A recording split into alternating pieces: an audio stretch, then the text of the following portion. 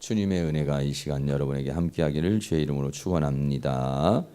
옆에 있는 분들에게 한 번 더 은혜의 시간 되시기 바랍니다. 만나서 반갑습니다.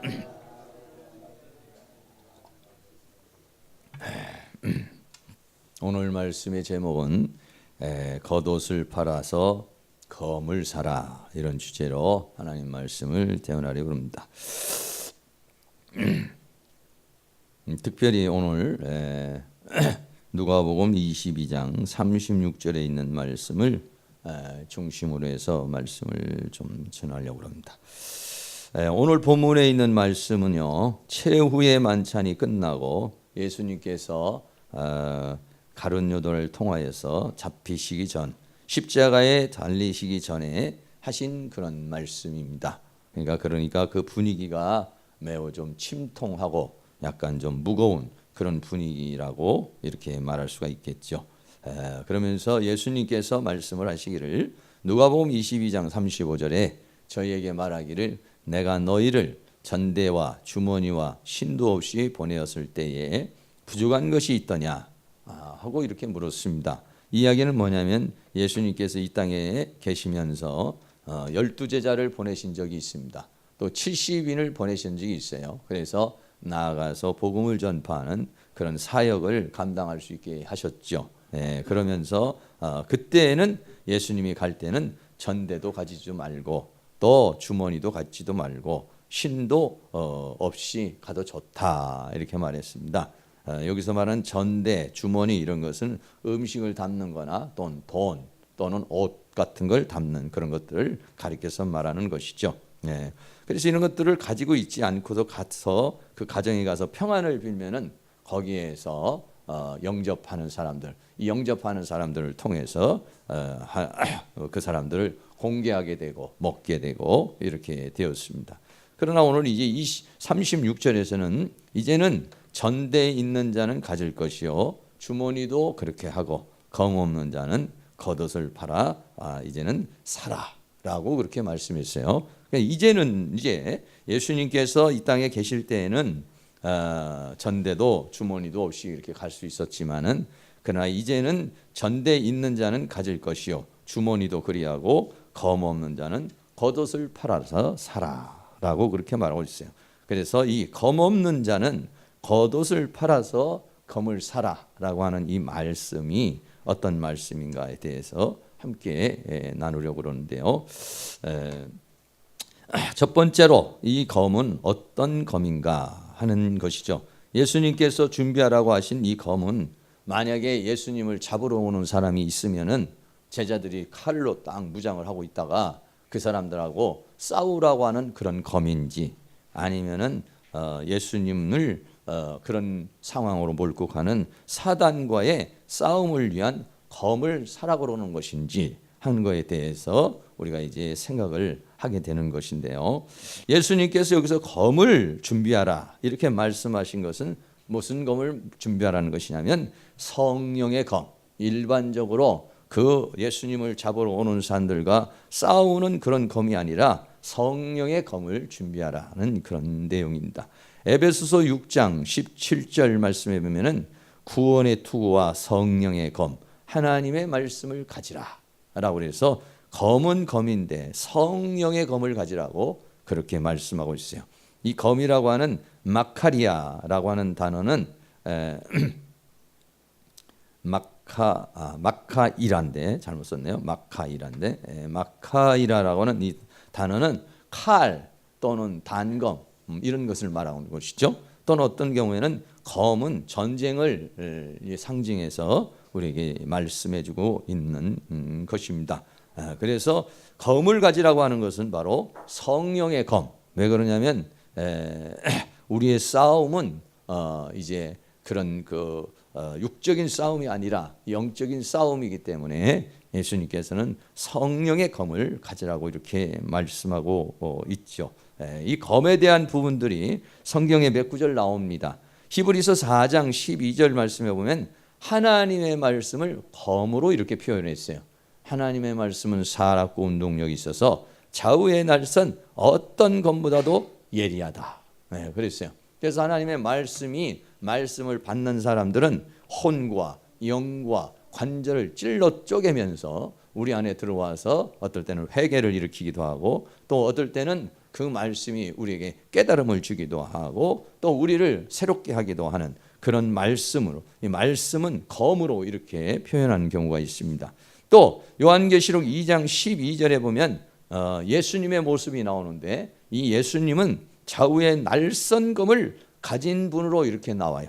또 계시록 19장 15절에 보면은요 그의 입에서 이한검이 나오니, 여기서 그는 누구냐면 예수님이에요.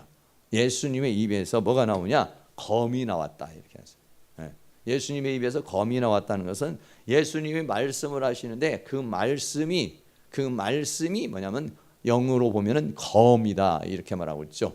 그래서 이 검은 어느 경우에는 심판을 상징하는 경우가 있고 어느 경우에는 우리 자신을 수술하고 우리 자신을 새롭게 하는, 우리 안에 있는 사단이 심어놓은 사상과 감정을 도려내는 그런 역할을 하는 검으로서 이렇게 이제 역할을 하게 되는 것이죠. 그래서 여기서 말하고 있는 검을 사라라고 이렇게 말씀을 하시는데요. 바로 예수님 입에서 나오는 말씀이 바로 검이다. 그러니까는 예수님께서 이 검을 가지고서 싸워서 이기는 것처럼 너희도 이렇게 성령의 검을 가지고 입에서 뭐가 나오냐? 검이 나와야 된다, 이게. 할렐루야. 입에서 그냥 이상한 말이나 이런 것들이 나오는 것이 아니라 영으로 볼 때는 입에서 성령의 검, 하나님의 말씀이 나오고 사탄을 향해서 예수의 이름으로 떠나가라 이렇게 말했을 때는 그 검이 뭐냐면은 적군과 싸우는 검이 되는 것입니다. 할렐루야. 이런 검을 준비하라고 이렇게 말하고 있는 것이죠. 누가복음 22장 31절 말씀에 보면 베드로에게 이렇게 말씀합니다. 시몬아 시몬아 보라, 사단이 밀가부로 타려고 너희를 청구하였다, 이렇게 말씀하고 있습니다. 다시 말하면 여기서 말하는 시몬은 베드로를 말하는 건데 사탄이 베드로를 시험하기 위해서 하나님 앞에 청구를 하였다, 이렇게 말씀하고 있어요. 우리가 성경에 보면은 욥기서에서 보면은 욥이라고 하는 사람을 시험을 하게 될 때 하나님께서 사탄에게 허락을 하죠.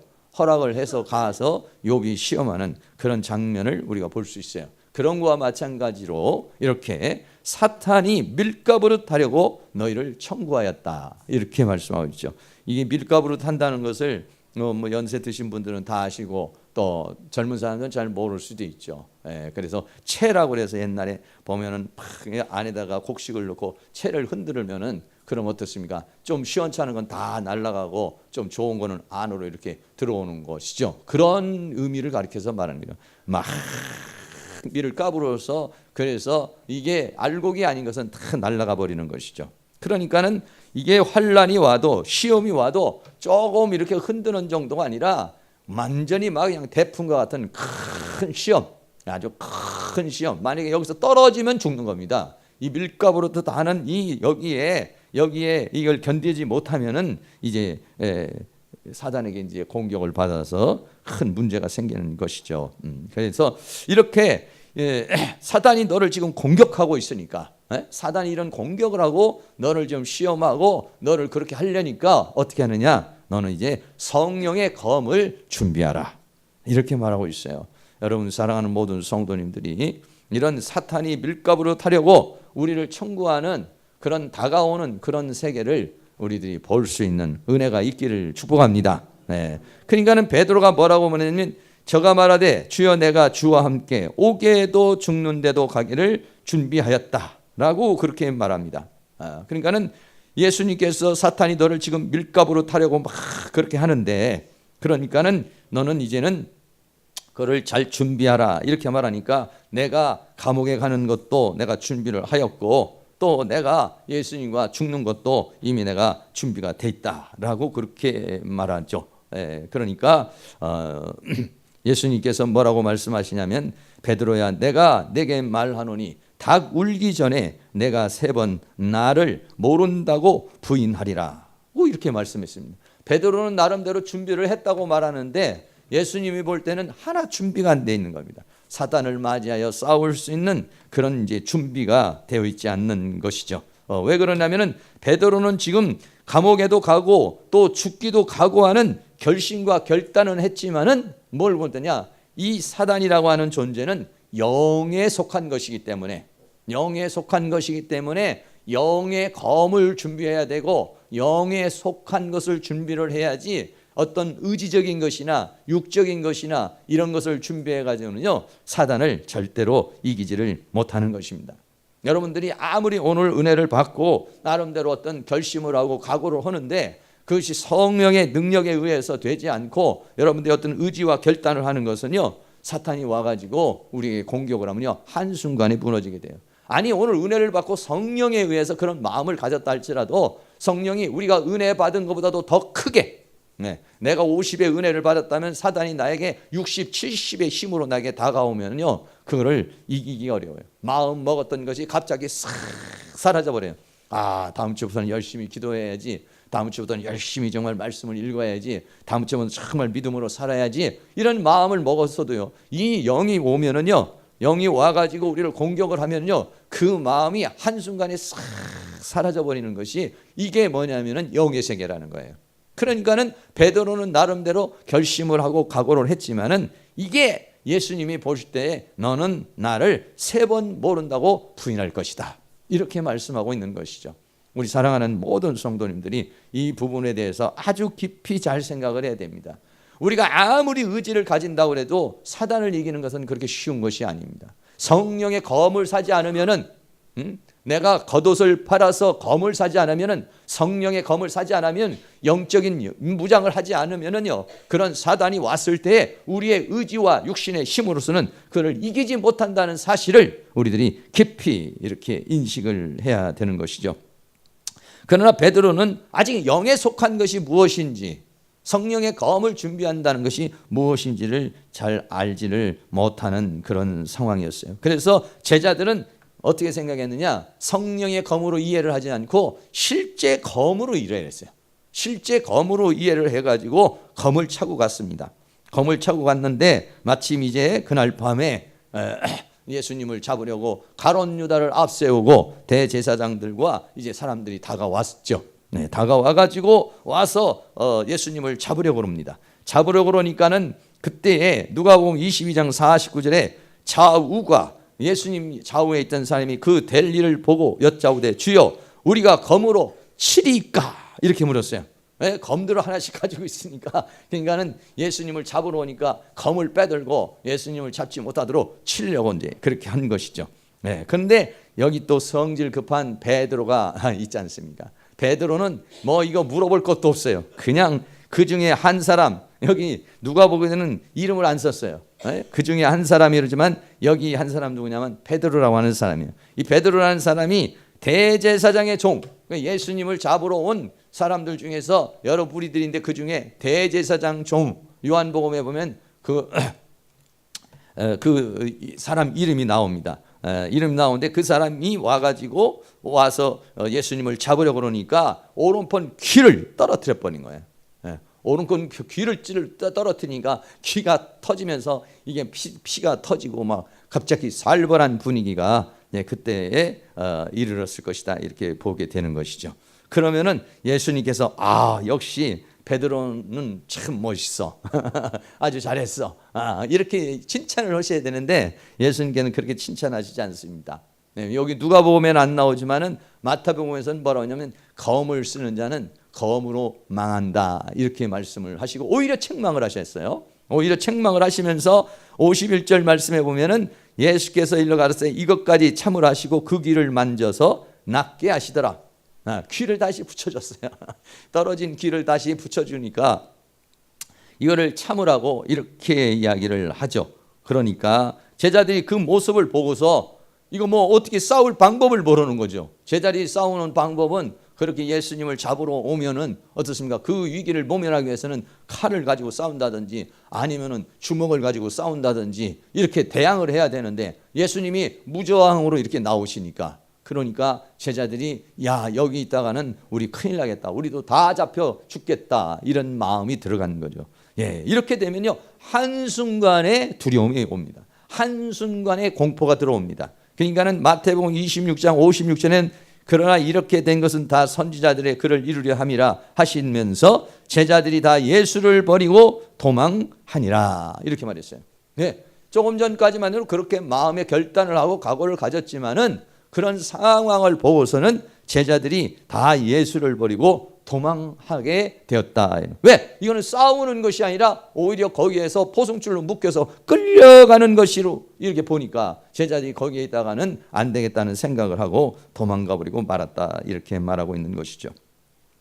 에베소 6장 12절 말씀에 이렇게 말씀하고 있습니다. 우리의 씨름은 혈과 육에 대한 것이 아니요 정사와 권세와 이 어둠의 세상 주관자들과 하늘에 있는 악의 영들에게 대함이라 그랬어요.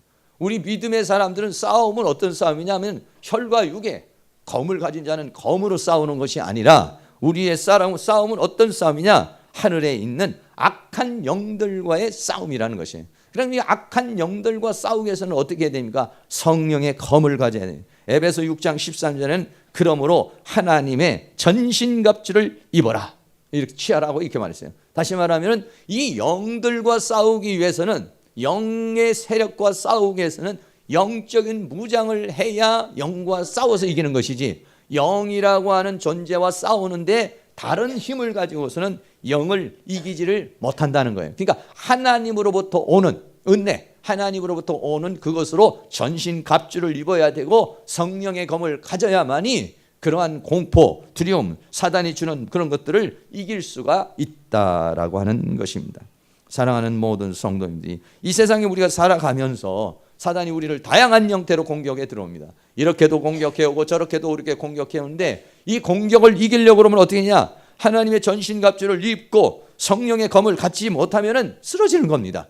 내 의지는 아니야. 기도해야지. 의지는 이렇게 해야지. 생각은 이렇게 해야지. 이렇게 해도 그는 의지는요 한순간에 그냥 무너져 버리는 것이. 성령의 검을 여러분들이 꼭 사서 이것을 차고 다닐 수 있기를 바랍니다. 옆에 있는 분에게 말씀 좀 해주세요. 검을 꼭 하나씩 가지고 다니시기 바랍니다. 성령의 검을 가지고 다니셔야지 그 또 이상한 검을 가지고 다니면은 안 되죠. 네, 그렇습니다. 네. 자, 예수님께서는요 겟셋마네 동산에서 성령의 검을 사셨습니다. 성령의 검을 어떻게 사는 것이냐? 네, 어떻게 성령으로 무장하는 것이냐? 어떻게 하나님의 전신갑주를 입는 것이냐? 이것을 예수님께서 제자들에게 그를 보여주시죠. 네, 누가복음 22장에 이렇게 보면은 22장 41절부터 이렇게 쭉 보면은 예수님께서 제자들과 함께 나가가지고 어떤 기도를 합니다. 예수님은 저 돌 던질 만큼 멀리 가가지고 무릎을 꿇고 하나님 앞에 기도를 합니다. 하나님 만일 아버지의 뜻이면은 이 잔을 내게서 옮기시옵소서. 처음에 예수님이 기도할 때는 예수님도 육신을 입고 있는 몸이었기 때문에 그렇게 기도를 막 했습니다. 그러니까는 누가복음 22장 43절에 보면 사자가 하늘로부터 예수께 나타나 힘을 돕더라 이랬어요. 여기서 말하는 사자는 천사를 가리켜서 말하는 것입니다. 예수님이 사자가 와서 예수님의 그 기도하는 것을 도왔다 이렇게 말했어요. 왜? 어떻게 기도를 했기 때문에. 여러분 누가복음 22장 44절에 보면은 예수님이 겉옷을 팔아서 어떻게 검을 사는가? 얼마만큼 땀과 수고를 해서 그 성령의 검을 사고 그리고 십자가의 길을 가는가에 대해서 우리에게 말씀해 주는데 특별히 예수님은 이 겟셋마네 동산에서 기도를 통해서 성령의 검을 이제 사게 되는 것이죠. 예수께서 힘쓰고 애써 더욱 간절히 기도하시니 이렇게 말했어요. 여러분 보십시오. 무릎을 꿇고 하나님 앞에 무릎을 꿇고 힘쓰고 애쓰고 그랬습니다. 힘을 씁니다. 그런데 막 좀 육체가 힘이 듭니다. 정신적으로도 아주 힘이 듭니다. 그러니까 어떻게 합니까? 더 애를 쓰는 거죠. 막 졸음도 옵니다. 피곤도 옵니다. 감정도 옵니다. 여러 가지로 사단이 육체를 공격하고 정신을 공격하고 영을 공격하니까 이 기도하는 게 말이죠. 정신을 집중해서 이렇게 기도를 하는데 이게 잘 안 되는 거예요. 그러니까 어떻게 힘을 써서 기도를 했다 이래요. 어떤 분은 기도를 할 때 그냥 힘을 안 쓰시고 살살 하시는 분도 계시는데, 예, 물론 뭐 큰 일이 없는 사람은 뭐 힘을 쓸 필요가 없겠죠. 그러나 정말 이것이 하나님께서 나에게 꼭 이루어져야 되는 이런 죽음의 순간이나 이런 아주 위협의 순간이 온다면은 힘을 쓰지 말라고 해도 이게 힘이 써지게 되죠. 힘을 써. 그러니까 힘을 써서 기도라는 거예요. 그러니까는 어떻습니까? 이게 기도라는 것이 그냥 뭐 간단하게 이렇게 하는 것이 아니라 힘을 써서 하니까 힘도 들고 피곤도 하고 어렵죠. 그러면 그만하고 싶은 마음도 생기고 힘든 생각이 나죠. 그러나 그거를 또 극복을 해서 애를 써. 그렇게 돼요. 힘을 써서 하다가 이게 더 그런 마음이 오게 되면 더 애를 써서 어떻게 더욱 간절히 기도하니. 예. 근데 이게 힘쓰고 애쓰고 간절하게 기도하는 것이 어느 정도인지를 외적으로 보니까 땀이 땅에 떨어지는 핏방울 같이 되더라. 이렇게 말했어요. 여러분들이 땀이 뚝뚝 떨어져 가지고 땀이 뚝뚝 떨어지는 그러한 기도를 얼마나 해보셨는지 모르겠습니다. 가끔가다 기도를 하면은 눈물이나 콧물이 떨어지는 경우는 있어요. 회개가 나와서 눈물이나 콧물이 떨어지는 경우는 있지만은 땀이 떨어지는 걸 내가 우리 교회에서는 별로 못 봤어요. 모르지. 몸에는 땀이 흐르는 것은 있을 수 있겠죠. 우리가 목요일 날 막 기도를 하면은 몸에는 막 땀이 이렇게 날 수 있어요. 근데 제가 이렇게 다니면서 기도도 해드리고 이렇게 보지만은 땀이 막 떨어져 가지고 앞에 여러분 그 정도로까지 하려면은 의자가 하나가 부서집니다. 이게. 그 정도로 기도를 하면 의자가 하나가 부서져요. 이게. 얼마나 애를 쓰면은 여러분 땀이 그냥 나옵니까? 땀이 그냥 나오는 게 아니잖아요. 애를 쓰고 또 애를 쓰고 힘을 쓰고 애를 쓸 때에 땀이 나오는 거지. 그러니까는 이게 여러분들이 기도하는 게 뭐 그렇게 답답하지 않고 그렇게 그냥 그냥 뭐 응답해 주시면 고맙고 안 해주면 어쩔 수 없고 이런 정도로 할 때는 그냥 대충 하겠죠. 그러나 응답 안 해주면 오늘 밤 난 죽습니다. 오늘 밤 응답 안 해주면 정말 내 인생이 끝입니다. 내일 부도 나서 나는 끝납니다. 아니면 나는 내일 뭐 암으로 죽습니다. 내일 아니면 뭐 이 문제로 인해서 내 인생이 끝납니다. 여러분 만약에 그런 일이 부닥친다고 생각해 보세요. 그거는요 기도를 살살 하라고 해도 살살 해도 물속에 빠진 사람 보고 사람 살려. 조용히 하세요. 조용히 부르세요. 사람을. 여러분이 만약 가가지고 물속에서 사람 살려. 아우 시끄러. 살살 좀 부르세요. 살살 좀. 여러분 그게 말이 되겠습니까? 그 사람은 지금 뭐 소리를 지르는 게 뭐 그냥 자기가 부르고 싶은 게 아니라 본능적으로 나오는 거예요. 본능적으로 나오는 거예요. 본능적으로. 여러분들이 뭐 일생 가서 이런 기도를 한두 번은 해보셔야 합니다. 저는 이 기도를 충분히 이해를 합니다. 왜 이해를 하냐면 저도 이런 기도를 해봤어요. 어떻게 해봤냐? 삼각산에서 겨울에 가서 기도를 하거나 여름에 가서 기도를 하면은 얼마나 애를 쓰고 기도를 하는지 처음에는 추우니까 비닐을 김장독 묻는 그 비닐을 있잖아요. 그 비닐을 뒤집어 써야 돼요. 너무 추워서 이게. 옷도 막 이렇게 입고 올라가지만은 그게 기도가 팍 돼서 열이 나면 안 추워요. 근데 기도가 잘 안 되면 이거 뭐 그냥 더워서 이게 아주 그냥 어쩔 수 없어요. 그래서 너무 추운 날씨는 막 영하 막 몇십 도로 이렇게 내려가거나 이러면은 그 비닐을 뒤집어 써요. 비닐을 뒤집어 써가지고 하는데 아주 답답하죠. 답답하죠. 그러나 어떠세요? 너무 추우니까 이제 그렇게 하는 거예요. 그러다가 이제 막 기도하다가 이제 시동이 걸리고 발동이 걸려서 할렐루야 막 이게 이제 기도가 나오면 그때는 이제 비닐을 이제 슬슬 뒤집어 벗는 겁니다. 그리고 또 입고 같은 외투도 그것도 막 군인들이 입는 것 같은 거 그런 건 이제 이 남대문에서 사다가 입은 건데 그것도 처음에는 춥죠. 그런데 기도가 붙으면은요 벗기 시작합니다. 그러면은 막 탐이 오는데, 옛날에 여러분이 잘 아는 대로 그 이천성 하늘산 기도원의 이천성 목사님이 하는 말이, 은혜 받으려면은 오늘 저녁에 올라가서 소나무 하나 뽑으시오. 못 뽑으면은 뭐 조그만한 미루나무라도 뽑으시오. 그래서 거기에 올라가서 또 그냥 나무를 붙잡고 기도를 하는 겁니다. 나무를 붙잡고 기도. 저도 그래야 되나 보다. 삼각산에 소나무를 잡고 어떻게 기도하다 보니까 나중엔 소나무가 벗기니까 내 손이 벗겨져버려서 나중에는 이제 이거 안 되겠다. 장갑을 끼고 기도를 해야 되겠구나.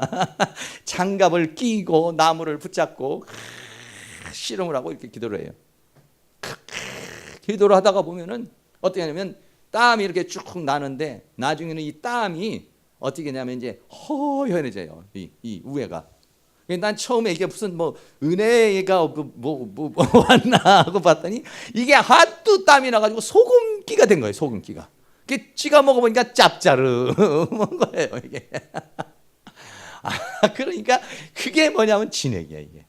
그러니까는 막 땀샘에서 땀이 나는데 아주 막 나와서 막 진을 막 여기서 빼니까 나중에는 여기서 막 이렇게 나오는 겁니다. 그러면 막 땀이 막 뚝뚝 떨어지고 이제 그러죠. 그리고 수련회 같은 데 가서도 기도해 줄 때도 보면, 기도할 때 보면은 이 안경을 낄 수가 없어. 안경을 끼면은 막 땀이 나가지고 안경으로 막 뚝뚝 떨어져 버리니까 안 되고, 안경 벗고서 이제 가서 기도도 하고 이렇게 하죠. 그래, 이걸 알아. 땀이 땅에 떨어지는 핏방울 같이 되더라. 그 인간은 이 예수님의 그 간절함이 어느 정도냐는 것이죠. 여러분들도 뭐 이렇게 기도를 하실 때 당장 내일 죽음의 상황이 온다고 그랬을 때는요, 여러분이 어떻게 기도를 하겠습니까? 교회에 와서 울지 말라고 해도 웁니다. 통곡하지 말라고 그래도 통곡하고요. 하나님 앞에 부르짖지 말라고 그래도 좀 살살 좀 기도 좀 하세요. 이렇게 해도 이게 살살 할 수 있는 상황이 아니야 이게. 예수님이 돌 던질 만큼이니까 얼마나 100m 이상이 떨어졌는데도 거기서 예수님이 이렇게 기도하는 소리를 제자들이 다 들을 수 있는 만큼 소리를 치면서 기도를 하신 거예요. 그러니까는 얼마나 간절한 마음으로 기도하겠습니까? 왜 그렇습니까?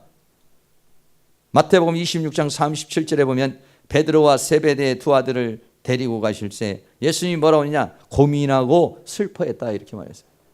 예수님은 하나님이시지만은 이 땅에 육신을 입고 오셨습니다.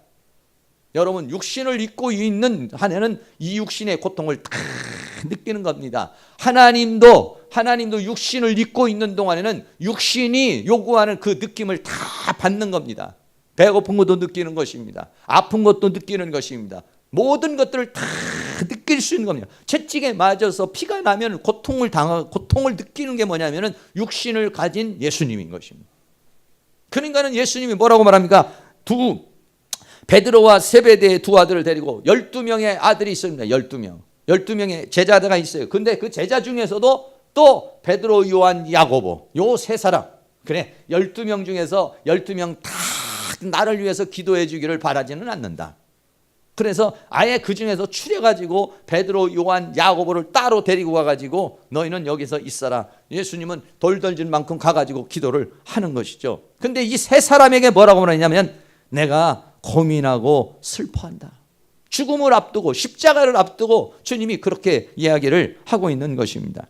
또 마태복음 26장 38절에는 이에 말씀하신 내 마음이 심히 고민하여 죽게 되었으니 여기 머물러서 나와 함께 깨어 있으라 하시고. 그러니까는 뭡니까? 여러분들도 힘들고 어려우면 누구에게 기도를 부탁하잖아요.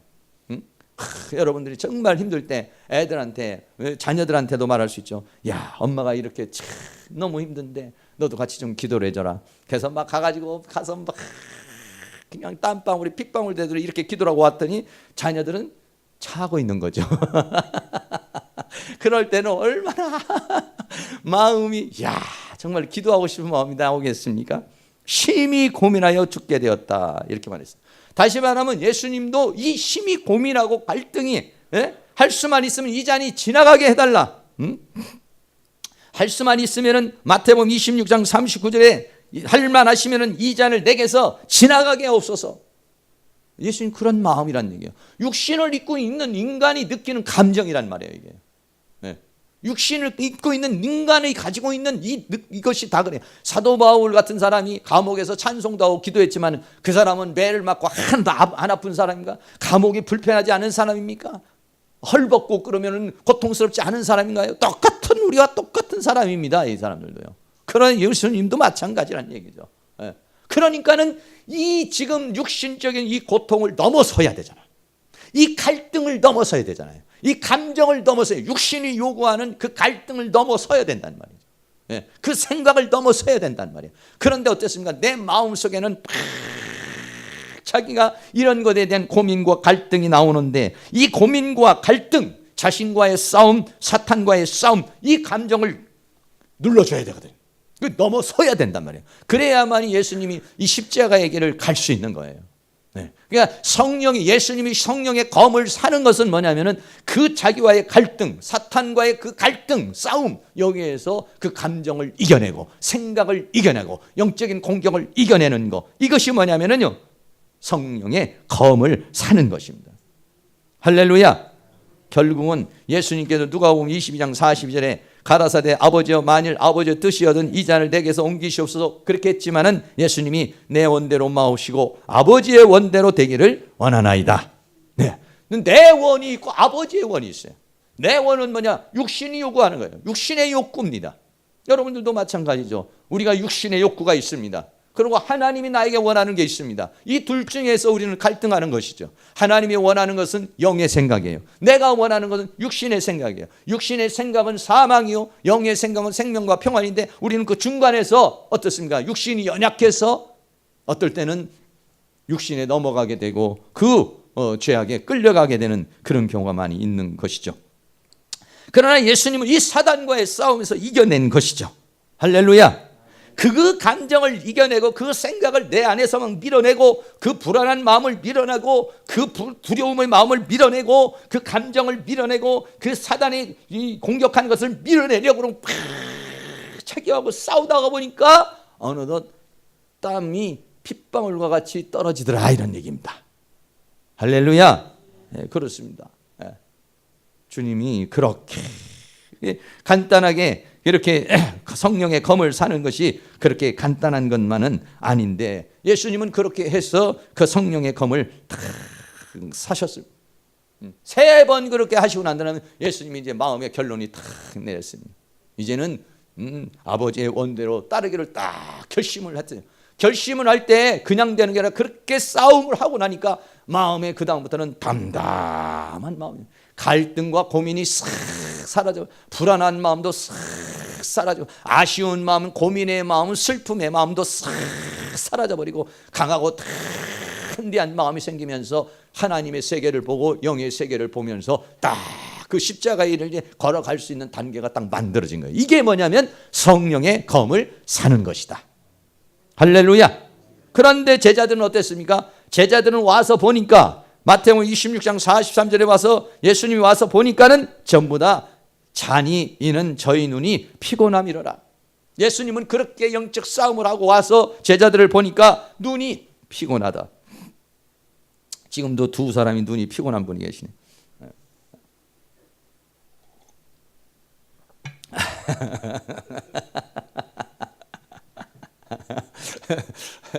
눈이 피곤해. 세상 일 때문에 눈이 피곤할 수도 있고 사단이 역사를 하면은요 눈이 피곤해. 그 사람이 처음 볼 때 어디를 봅니까? 사람은 다른 데 안 봅니다. 넥타이를 보거나 발을 보는 게 아니라 그 사람 눈을 보죠. 왜? 눈을 봐서 눈이 살아있으면 살아있는 거예요. 눈이 죽어있으면 죽어있는 거예요. 옆에 있는 분 한번 눈 좀 한번 봐주세요. 이게 눈이 호랑이 눈인지 동태 눈인지.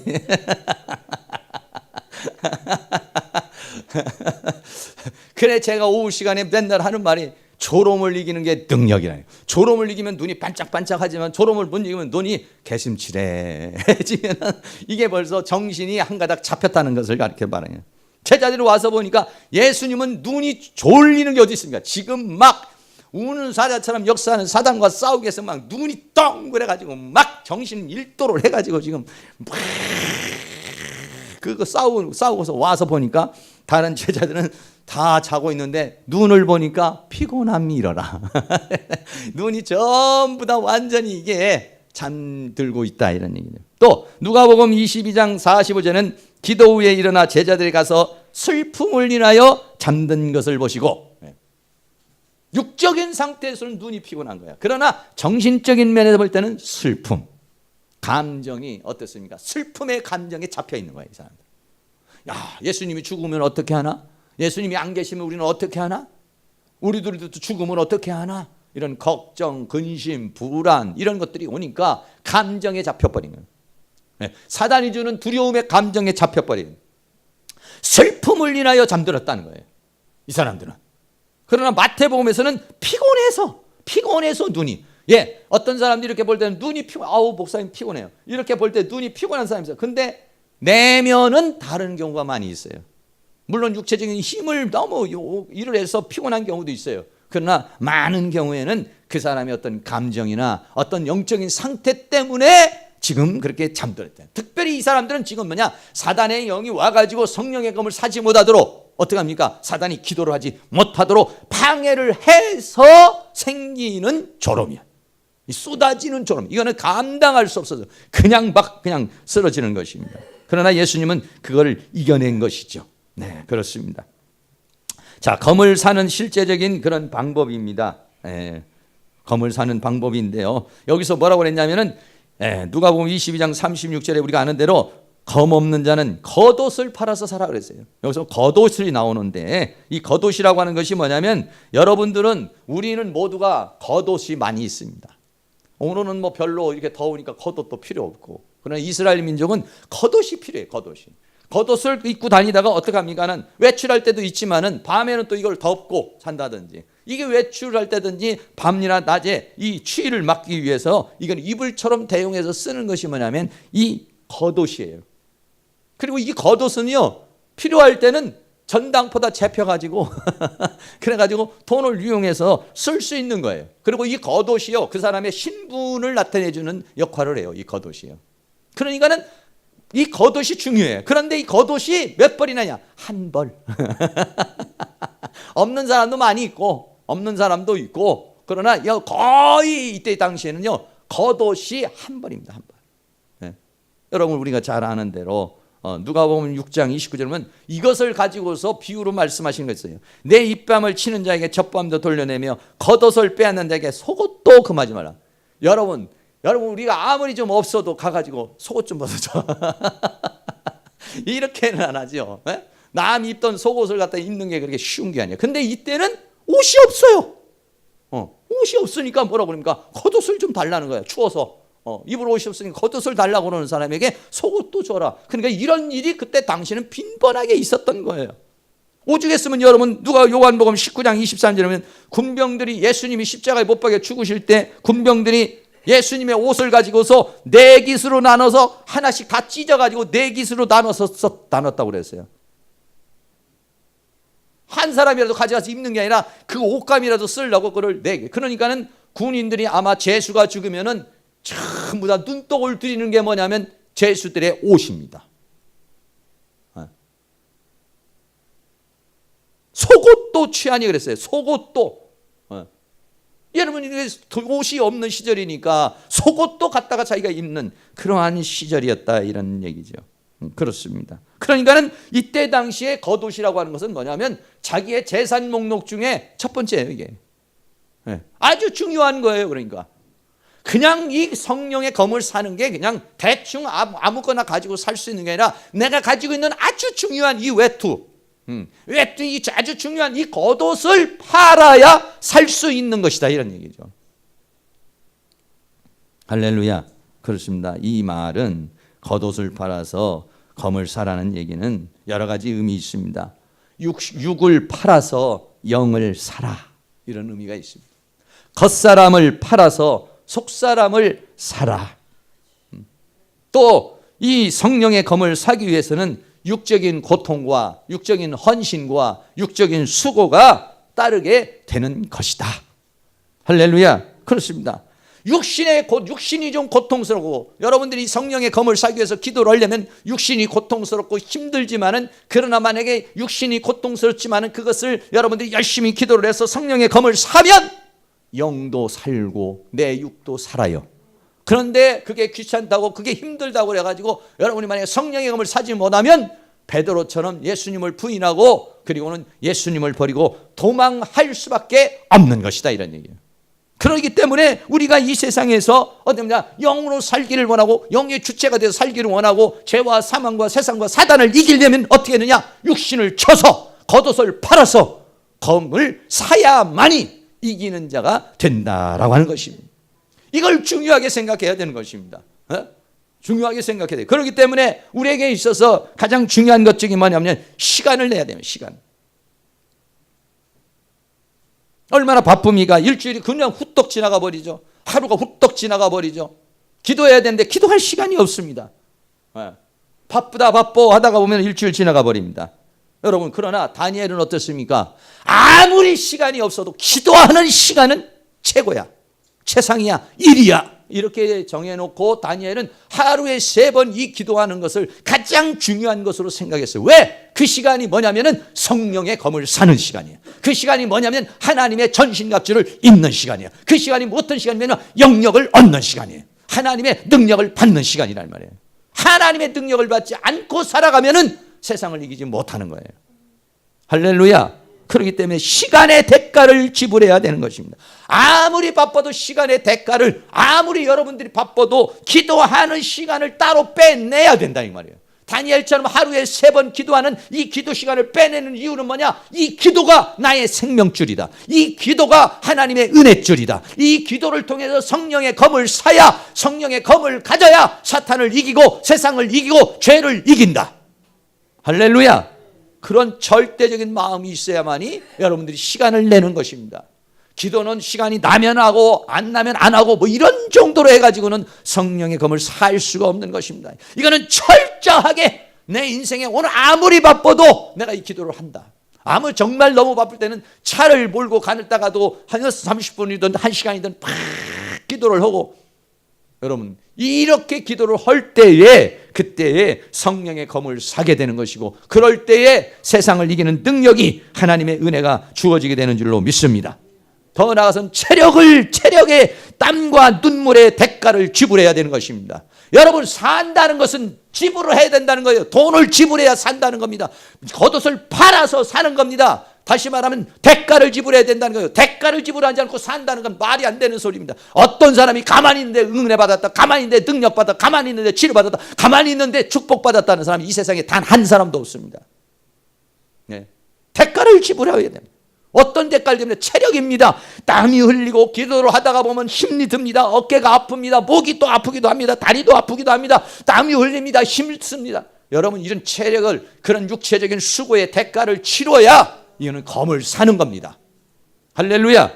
더 나아가서는 심력입니다. 정신을 쏟아야 합니다. 정신을 쏟는다는 겁니까? 하나님 앞에 기도를 하는데 열심히 체력을 가지고 땀이 흘리게 하지만은 더 중요한 것은 뭐냐면 애쓰고 힘써 간절히 기도했다, 이렇게 말했어요. 하나님의 은혜를 사모하는 마음을 가졌다는, 간절한 마음. 정말 하나님의 은혜가 아니면 나는 못 삽니다. 하나님의 도우심이 아니면 못 삽니다. 하나님 나에게 긍휼을 베풀어 주시옵소서. 이런 마음이 중요하다는 거예요. 그러니까 그 마음도 쏟아내야 되는 것입니다. 그래야 성령의 검이 주어지고 능력이 주어지고 은혜가 주어지는 것이지, 그냥 밥 먹을 때 하는 기도식으로 간단하게 해서 이런 성령의 검이 주어지는 것이 아닙니다.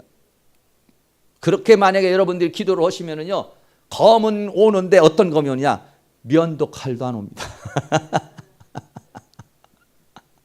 그 정도 기도, 대충 기도해가지고는 면도 칼도 오질 않아요. 정말 이거는 하나님 앞에 강력히 기도해야 쓸만한, 사자를 이길 만한, 고음을 잡을 만한, 사탄을 대적할 만한 그런 검이 오는 것이지, 여러분 대충 땀이 나지도 않고 체력의 힘도 소비가 안 되고 정말 가운 마음에서 우러나오는 그 간절한 마음도 아니고 또 영적인 그 세력을 이겨내는 애쓰는 마음이 아니고서는 그런 검을 가져본 사람, 그런 검을 가진 사람 내가 보지를 못했어요. 아무 기도도 안 했는데 능력이 왔습니다. 그런 검을 가지고 돌아다니는 사람을, 영적인 사람을 본 일이 없어요. 나름대로 검을 가지고 있는 사람을 물어보면은 말씀을 참으려고 얼마나 기도를 했는지 모릅니다. 능력을 받기 위해서 얼마나 기도를 했는지 모릅니다. 믿음을 갖기 위해서 얼마나 애를 썼는지 모릅니다. 내가 이 물질의 축복을 받기 위해서 몇 년을 하나님 앞에 몸부림치며 기도했는지 모릅니다. 다 이렇게 기도를 하지 나는 아무것도 안 했는데, 힘도 쓰고 애도 쓰고 아무것도 안 했는데 그냥 나에게 주어진 이런 성령의 검이 있습니다. 그런 경우가 있나요? 오순절 성령의 역사만 해도 성령 충만 받기 위해서 그 모든 제자들이 거기에서 천여 기도를 했을 때 거기에 성령이 역사라고 그들이 성령의 검을 받고 그랬습니다. 때로는 하나님 앞에 예물도 드립니다. 하나님 앞에 나아가 하나님 앞에 간절한 마음으로 솔로몬이 1000번제를 드렸더니 하나님께서 그 솔로몬에게 솔로몬처럼 1000번제로 하나님 앞에 감사의 예물 드린 사람이 한 사람도 없었어요. 그렇기 때문에 하나님께서도 솔로몬에게 나도 너에게 전무후무한 축복을 주리라 이랬어요. 왜? 솔로몬 같이 그렇게 예물로 1000번째 예물로 하나님 앞에 드린 자가 없기 때문에 하나님도 너에게 부귀와 영화를 주는데 내가 너에게 전무후무한 그러한 축복을 주리라. 그래서 그리고 더 나아가서는 마지막으로는 은혜를 받는 것입니다. 은혜. 하나님의 은혜가 주어져야 됩니다. 아무리 인간이 몸부림을 쳐도 하나님의 은혜가 주어지지만 안 됩니다. 성경은 다 그렇게 말합니다. 마태복음 13장 44절에 천국은 마치 밭에 감춘 보화 같으니 사람이 이를 발견하려고 숨겨두고 기뻐하여 돌아가서 자기의 소유를 다 팔아. 겉옷을 파는 정도가 아니었습니다. 이 천국은요. 자기의 소유를 다 팔아 그 밭을 샀느니라. 대가를 지불해야 된다는 것입니다. 마태복음 13장 40절에 극히 값진 진주를 하나 만남에 가서 자기의 소유를 다 팔아 그 진주를 샀느니라 이렇게 말하고 있습니다. 또 마태복음 25장에 보면은 10처녀의 비유에서 등을 들고 나가는 처녀들이 있습니다. 이 사람들도 등과 기름 어디서 납니까? 이거는 사는 것입니다. 파는 자가 있습니다. 어디서 팝니까? 교회에서 기도하면서 말씀을 통해서 성령의 기름을 채우는 것이죠. 그래가지고 그를 사는 사람은 예수님을 맞이하게 되고, 계시록 3장 18절에는 내가 너를 권하노니 내게서 불로 연단한 금을 사서 부유하게 하고 흰옷을 사서 입어 벌거벗은 수치를 보이지 않게 하고 안약을 사서 여러분 사는 겁니다. 뭐냐면 대가를 지불해야 된다. 검을 팔아서 네가 겉옷을 팔았어. 육체의 고통이 들어갑니다. 육체의 아픔이 들어갑니다. 그러나 뭐가 옵니까? 성령의 검이 주어지는 것이죠. 할렐루야. 결론 드립니다. 성령의 검을 사는 것. 예수님은 겟세마네 동산에서 어떻게 성령의 검을 사는지를 알려주시고 계십니다. 우리도 그렇게 겉옷을 팔아서 성령의 검을 사면 예수님처럼 이기게 되지만 성령의 검을 사지 못하면 베드로처럼 도망가게 되는 것입니다. 사랑하는 모든 성도님들이 겉옷을 팔아 검을 사서 이 성령의 검을 가지고서 늘 승리하는 그러한 은혜의 역사가 다 일어날 수 있기를 주의 이름으로 축원합니다. 할렐루야. 찬양같이 한번 드립니다. 겟세마네 동산에서 기도하실 때 찬양 한번 드리고 기도하도록 하겠습니다.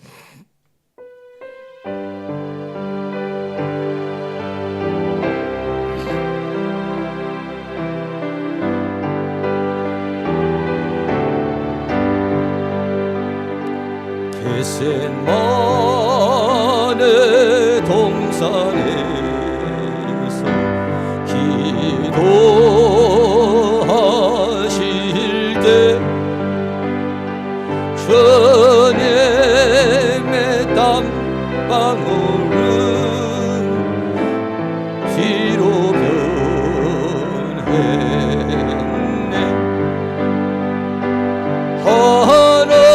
하나님을 거역한 나를 위하여 순종의 속죄 피를 흘려 주셨네.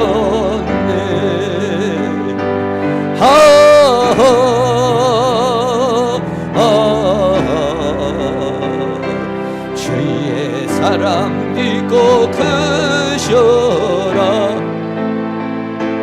내 영혼 파도처럼 메아리처럼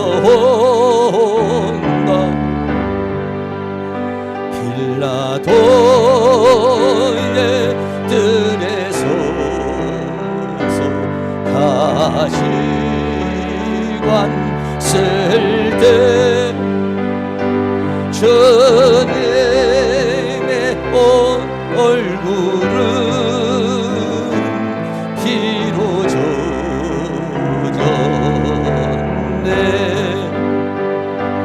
온 인류의 저주를 속하시려고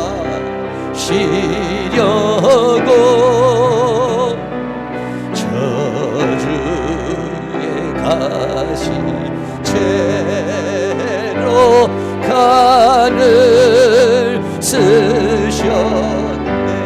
아멘.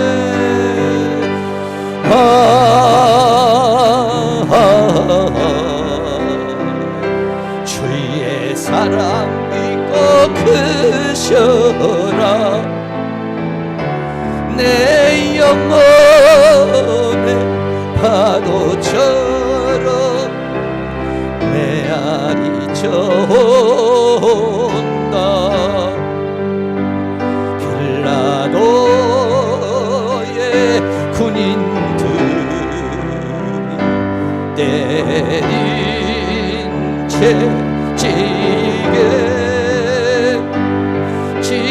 찢어져 피로 물든 주님 등허리. 온 인류의 질병을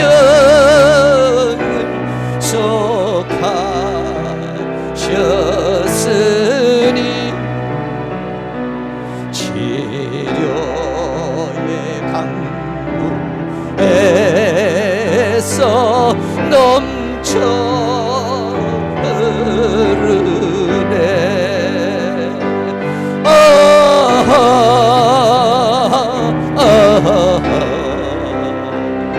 주의 사랑 깊고 크셔라. 내 영혼의 파도처럼 메아리 쳐온다.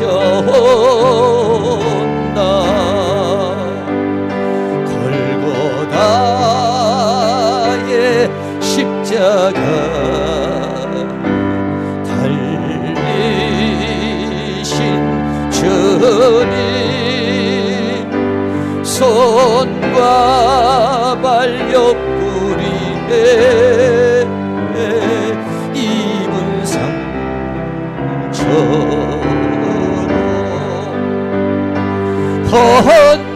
헌몸의 물과 피를 흘리셔서 멸망의 주에서 날 건지셨네.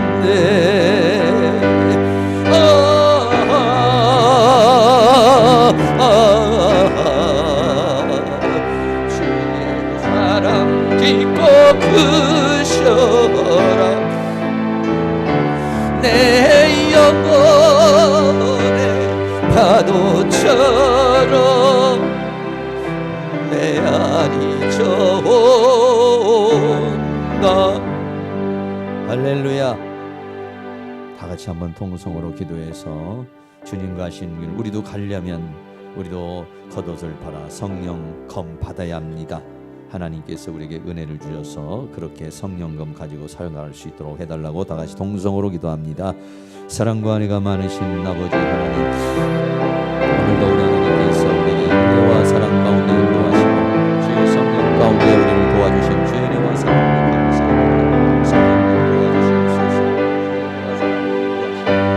성령님 역사하시고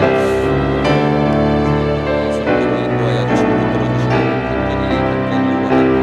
우리 주님의 은혜와 사랑으로 살아갈 수 있는 저희들을 되어줄 수 있도록 하나님께서 우리를 도우시고 인도해 주시고 붙들어 주시기를 원합니다. 성령님 역사하여 주시옵소서. 능력의 손길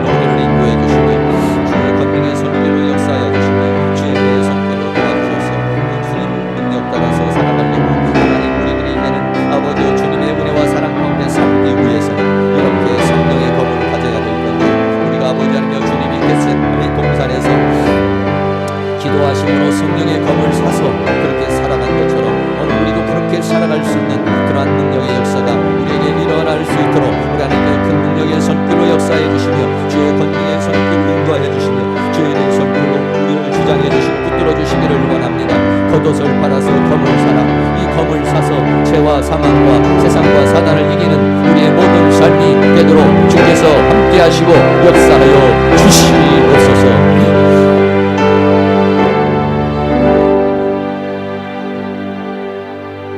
시몬아 시몬아, 사단이 너를 밀가부로 타려고 너를 청구하였다고 주님 말씀합니다.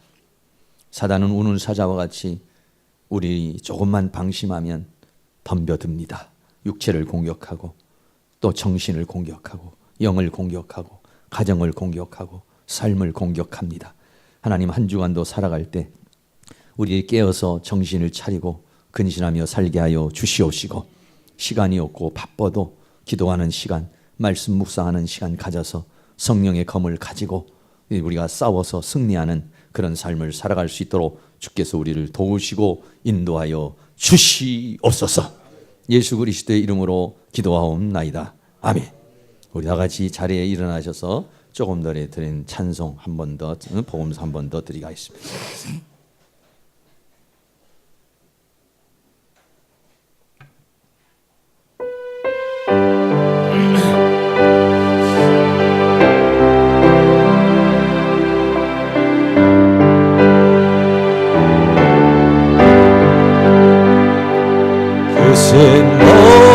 너는 동산에서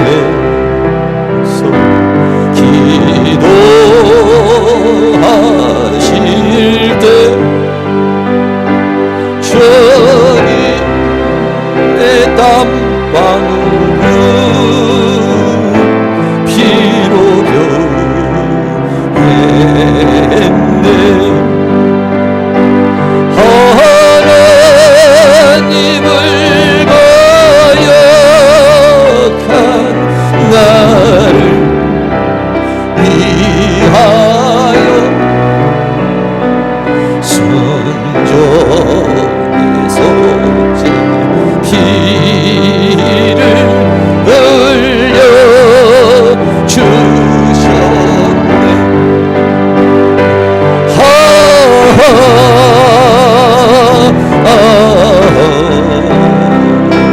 주의 사랑 깊고 크셔라. 내 영혼 파도처럼 내 안이 쫓나.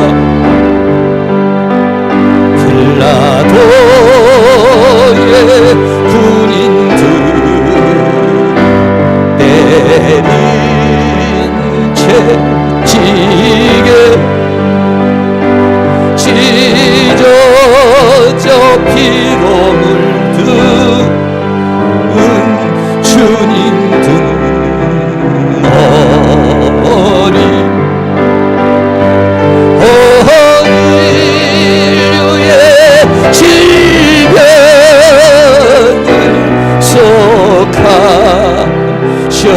속하셨으니 치료의 강물에서 넘쳐 흐르네. 아멘.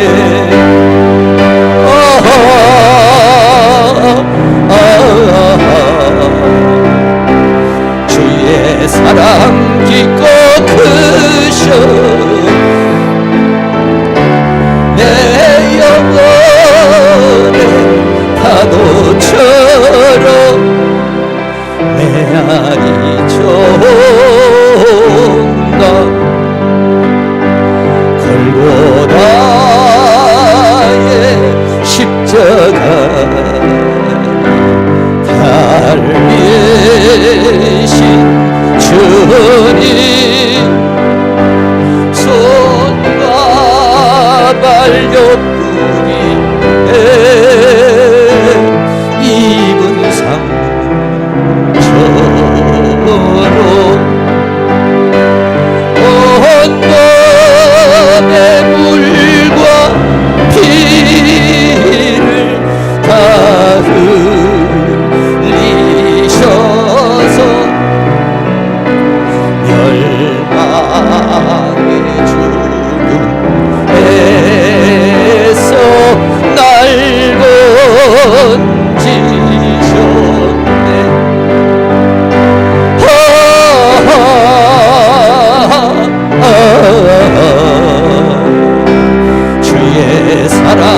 깊고 크셔라 내 영혼의 파도처럼 메아리쳐온다.